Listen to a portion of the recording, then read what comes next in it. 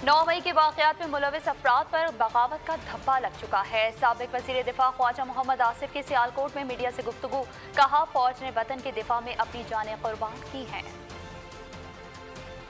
एक तकलीफ दे जो याद रह गई है 9 मई वाले दिन, और उसमें जिस तरह हमारी दफाई तनसीबात पे हमला हुआ, दफाई अदारे पे हमला हुआ, हमारे फ़ौजियों पे हमले हुए, हमारे एयर बेसिस पे हमले हुए, तो वो एक बगावत थी जो मैं समझता हूँ कि कोई भी पाकिस्तानी जो है वो उस किस्म की बगावत में शरीक नहीं हो सकता।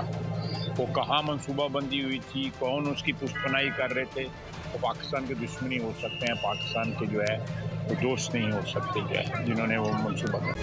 तारीख का अमीन,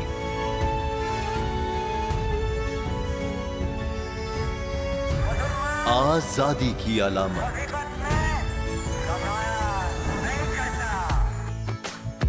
हुस्न का आईनादार, फिक्रो नजरिए की अक्कास,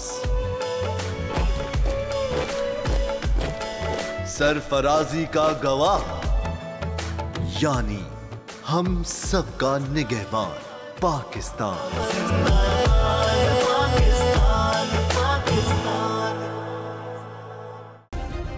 सब्सक्राइब करें और बेल दबाएं ताकि कोई खबर रह न जाए।